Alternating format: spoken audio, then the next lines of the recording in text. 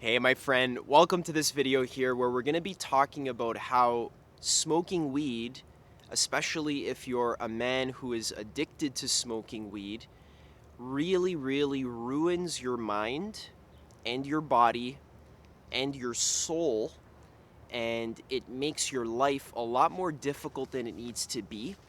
It makes you feel a lot less confident, a lot less sharp and clear.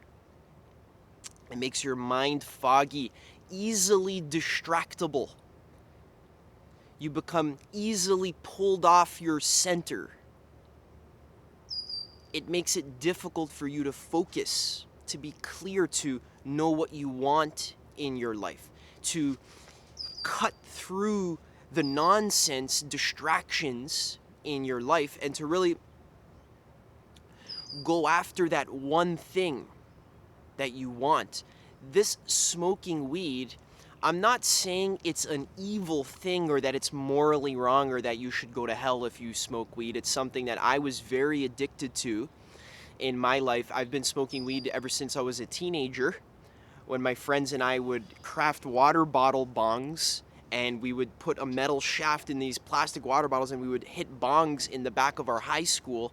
I would do this every day with my friends, and it was something that it was a habit that continued for me for many years.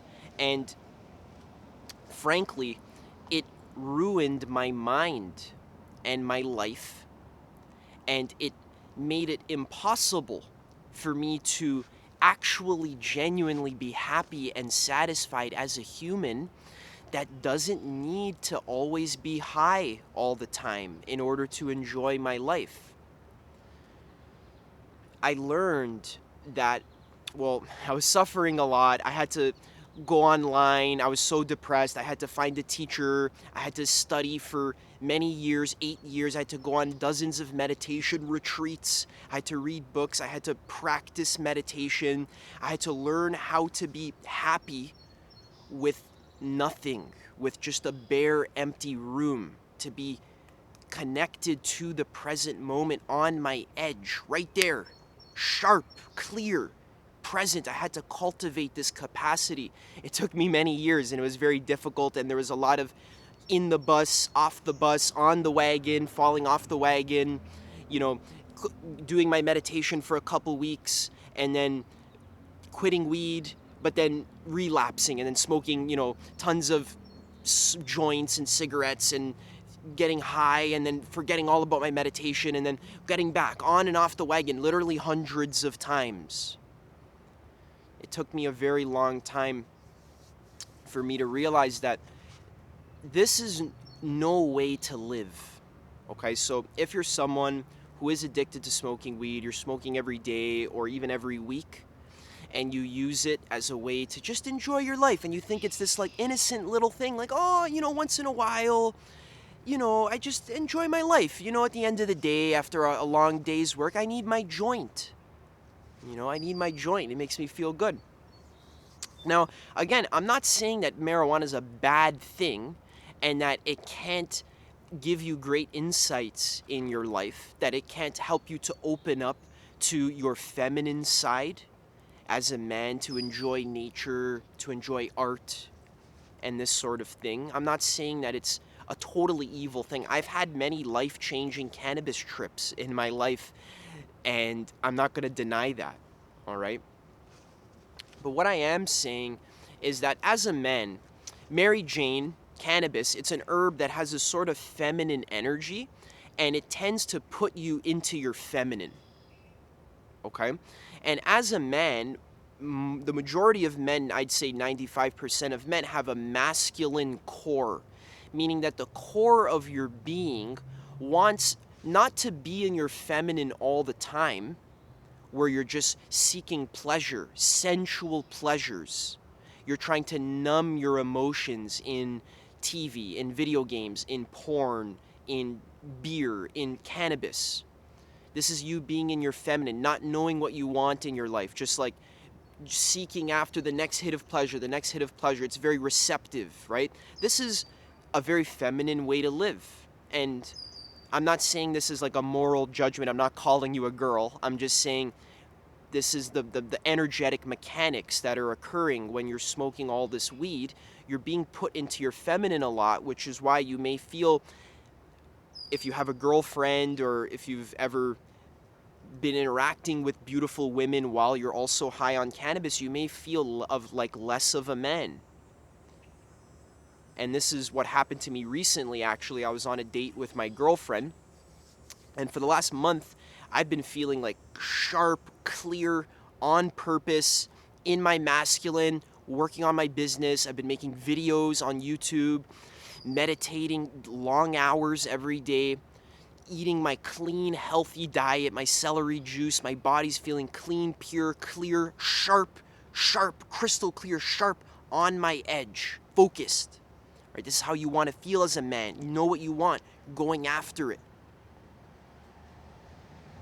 So I was very in my masculine, and I was on a date with my girlfriend, and we went to this beautiful nature walk for a hike, and I figured, well, since this is my day off and I'm hanging out with my girlfriend, I might as well smoke some weed. My girlfriend likes to smoke weed, so she kind of has it around, and I figured, well, you know what, maybe I'll just smoke some weed. It's been like a month or so, and what's the big deal, right? So had a little joint, I smoked a bong like I would before, and then it just totally ruined my whole time. I noticed that for the first 5 minutes, 10 minutes, I started feeling good, but then I noticed my mindfulness, which is my ability to be undistracted, my ability to actually be present and not get sucked into my mind. Something I've been practicing for many years that I'm not a master at, and every man needs to practice. If you're not practicing this discipline of returning to your presence and being sharp, being clear, being here, right? If you're not practicing meditation as a man, you're not a man. You're a boy.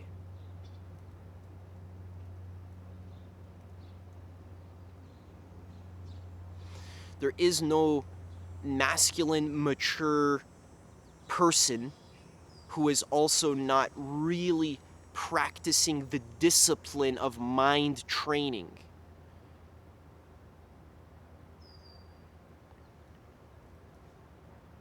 Doesn't matter how many weights you lift, or how fast your car is, or your ranking in the Call of Duty, tier, whatever it is, doesn't matter. If you're not practicing meditation, the problem is you're not present, and you're not sharp, you're not clear, and you're not able to give your masculine gift to the world, which is your discerning presence. So when I smoked this weed with my girlfriend, I found that this discerning presence was like, it flew out the window. We were going into this like mosquito-y forest, and my girlfriend was like, should I bring a sweater? It's gonna like, maybe I'll get bit and stuff. I'll be like, no, you'll be fine. Don't worry. Don't worry about it. You'll be fine. Because I was high. My discerning presence was gone. And then, 5 minutes into our forest walk, she was getting eaten alive by mosquitoes, and she was having a terrible time, and it was my fault. So this occurred through the rest of the night, and for the next few hours, I just felt like almost like I poisoned myself. I felt my confidence tank. I was worried all the time. I just felt like I was fighting against my own mind. I couldn't relax and surrender and be in my feminine, because it was my job at that moment with my girlfriend to be in my masculine, and I couldn't. It was impossible. So all this to say that as a man, for you to feel fulfilled in your life, you need to actually take your personal development seriously, meaning that you have to take your sobriety seriously. The only way to actually be sober is to devote 100% of your life energy into learning meditation and a spiritual practice of some kind. You have to dive into mind training. It could be a Hindu style of meditation. It could be a Buddhist kind of meditation. It could be a secular, Western, scientific style of meditation, an atheist style. It doesn't matter what kind of meditation it is. The Buddhists say there's over 85,000 different kinds of meditation, so you pick and choose. Maybe take a big handful and try them all out. It's going to take you 10 years. But you need to understand that you need to be extreme when it comes to your personal development, your self-actualization, your sobriety, your mental clarity. It's none of this like this attitude of mediocrity. Like, oh, I don't want to go too far to the extreme. I'll just have a little bit of weed and a little bit of porn, and a little bit of alcohol and a little bit of partying with my friends. I don't want to go overboard. And yeah, that's okay. That's fine. You don't want to go overboard. I agree. But your vision, your goal, and this may not be something that you can achieve next year or in 2 years from now. This is going to have to be a 10, 20, 30-year goal realistically the rest of your life. Your life vision should be to become a perfectly enlightened Buddha. And what this means is that your mind is in your own hands. It's not flying off. It's not distracted. It's not craving things. You're not a slave to your sense pleasures, to your dopamine addiction. You actually have master over your mind. Your mind does what you tell it to do, not that you do what your mind tells you to do. This should be the goal of your life. This is the only thing that will bring you lasting happiness, where you feel like you're on your edge. You feel engaged with life. You feel like you're using your gifts. You feel on purpose. You feel useful. You feel you feel confident. You feel strong and powerful.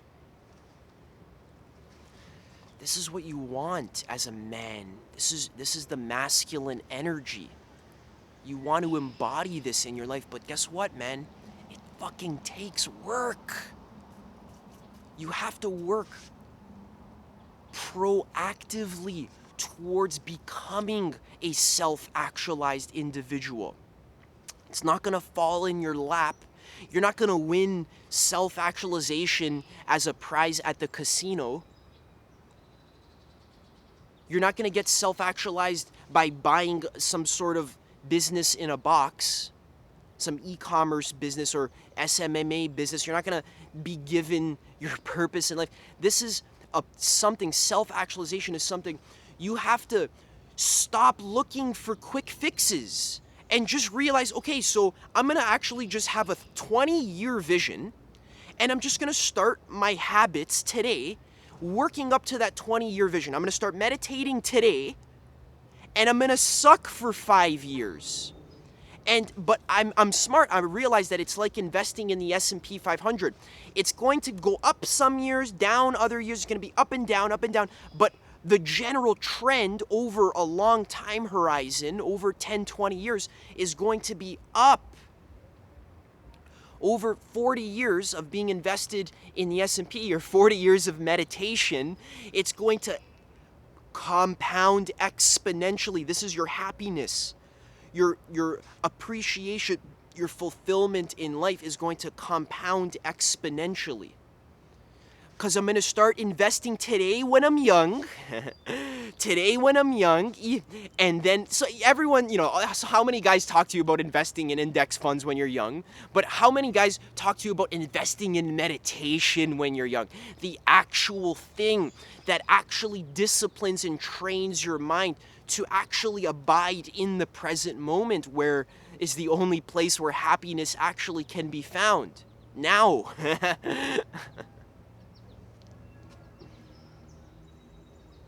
So with your meditation, even your reading, your learning, maybe you don't know how to meditate, or maybe you don't understand why meditation is good. Realizing, well, I'm not going to know next year or even 2 years from now, but I'm going to invest in reading one book per month for 30 years.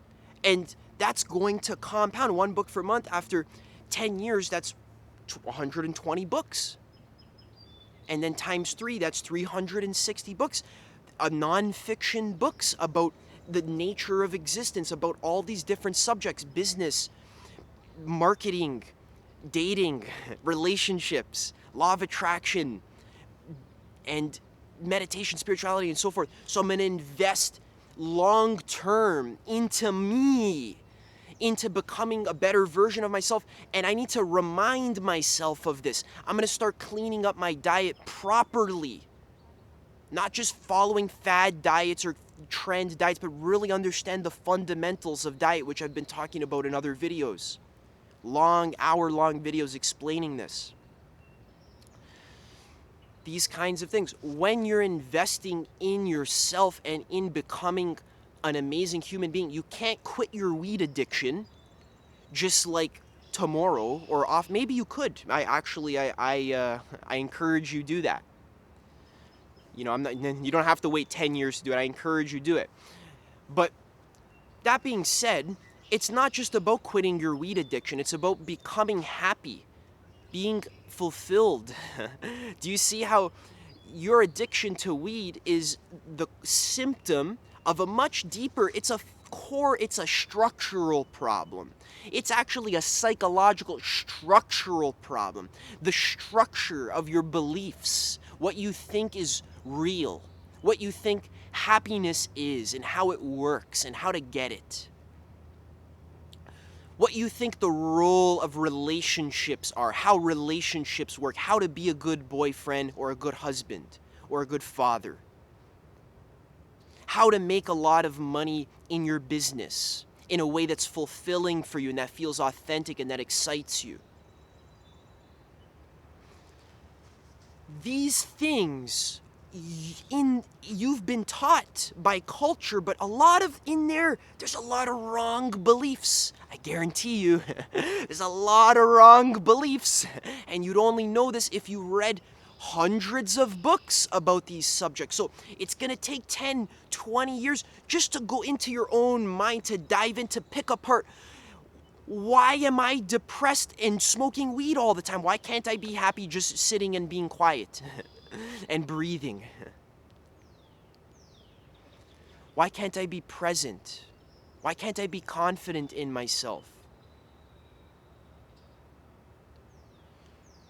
Why am I so hard on myself all the time? Why am I so mean to other people?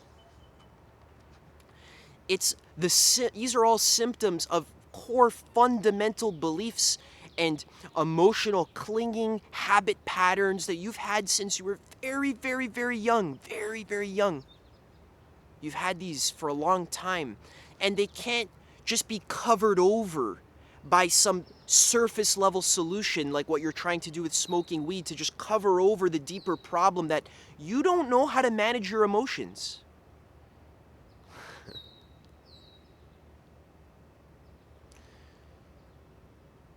You don't know what you should even be striving for in your life, what is actually worthwhile,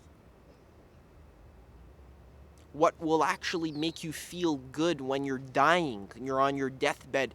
How can you actually live your life as a preparation so that by the time you get to the point when you're dying, which is going to happen very soon, you actually can look back and like be ready to die. I'm ready. I prepared. I did my practices. I did my spirituality.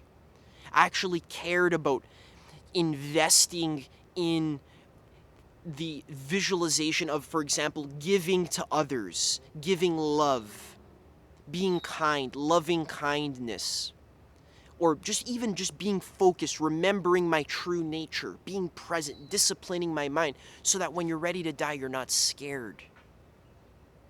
Because you know what's really important in life. You strive for it.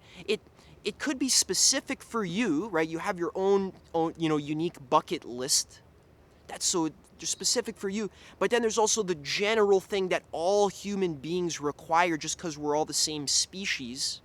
We all have the same biology and chemistry and energetic system. Understanding that all human beings need awakening. It's a need in Maslow's hierarchy. They talk a lot about the self-actualization needs, which are amazing, and most people don't even get there, okay? But then even after the self-actualization needs, at the top, the peak of the pyramid is the self-transcendence needs. Enlightenment, awakening, the practice of being awake, not being high on weed, not being, distracted. It's a need. It's not a luxury. You need it. That's how you actually gain fulfillment and satisfaction in your life. Abraham Maslow said it, one of the most famous and well-respected psychologists of all time. And then also, every single philosopher who ever lived in the East and in the West said it as well. And if they didn't say it, they weren't a very good philosopher.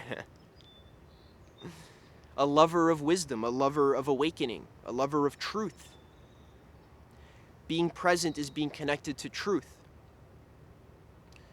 So, practically speaking, when we're talking about quitting weed, what you can do is just give yourself some time off. Stop smoking, but then you need to realize you need to replace it with something else. You need to be working on your diet, which I've been talking about in other videos. Drinking celery juice, for example, can help you to clean your lungs of all the heavy metals that have been absorbed from the pesticides that have been sprayed onto the weed.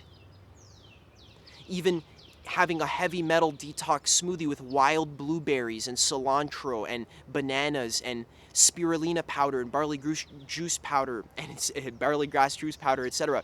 This can help to clean your insides so that you are actually, your energy system starts to feel clean and pure, and you're not foggy the second you wake up in the morning. You're not supposed to feel that way. You're supposed to feel clear and awake when you wake up in the morning. You're supposed to feel alive, ready to fuck life. That's how you're supposed to feel as a man. I wake up, I'm ready to fuck life today. I'm fucking so excited. You can't feel that way if you're baked. Or if you're zooked from the night before, and then the only thing left to do is just smoke again. So, yeah, I've spoken about many things on this channel about how to self-actualize, how to read hundreds of books, how to meditate properly as a long-term vision, not just as a short-term quick fix or a band-aid cover-up, but really restructuring the entire vision of your life, understanding that self-actualization is a need, not a luxury. I need to really devote my entire life to this path. And I'm not saying to just worship me and follow me. I'm saying to follow you. And just, you can use some of the principles and stuff that I talk about on my channel, and also that I talk about in my new coaching program as well, which is something that I'm extremely excited about. If you wanted to get my personal help with going into your life, seeing what's not working, seeing where you're stuck, the same obstacles you keep running into over and over again, feeling lost, not knowing who you are and what you want to do with your life, not having a plan, not having a strategy how to achieve it. You need help staying accountable, being consistent. Also, finding balance in your life, not being too strict with yourself where you burn out, but also not being too loose with yourself where you just get high all day and jack off. Finding that balance where you can make progress, but also be gentle with yourself and feel good and authentic and give your gift to the world. That's what I talk about in my new coaching program. You can come join. I'm waiting in there to come help you. And otherwise, stay tuned for more videos like this. I hope this was helpful for you. I just want to leave you on a final note that you really don't need to smoke weed to be happy, and really you don't need anything in particular to be happy. What's needed is actually the awareness of what you really are, your true nature, knowing what's true now. What that means is that in any moment, even if there's ants biting you, like I had 20 minutes ago, or even if you're uncomfortable and you're sweating and you're claustrophobic, even in that state, you can still be satisfied and fulfilled because you're awake and your consciousness is sharp that you can cut through all sensations to actually be present through pain and suffering. That's fulfillment. It's possible for you. You can do it. You just got to start where you're at. You got to start in the bad situation that you're at, even if you suck. And trust me, I suck a lot, okay? And I'm a delusional being, and I can barely even focus for longer than 5 minutes. I suck too. So you start where you're at, but it's just the intention, just the aspiration, the trying, just the showing up consistently and doing your best, even if you can't sit straight on your cushion. Even the fact that just you're sitting there, that's going to build this good merit, this good energy, that's going to bring to you the opportunities that you need, the teachers that you need to teach you, to show you what you need to become a better version of yourself and to live a fully self-actualized life where you tap into the full magic and beauty of what it means to be a human being. And it's an infinite potential. It's infinite. And it's beautiful and amazing, and I want that for you. All right, so stay tuned on these videos. I'm going to keep you motivated and inspired. If you want some extra help, come join my coaching program, and otherwise I'll see you in the next one. Peace.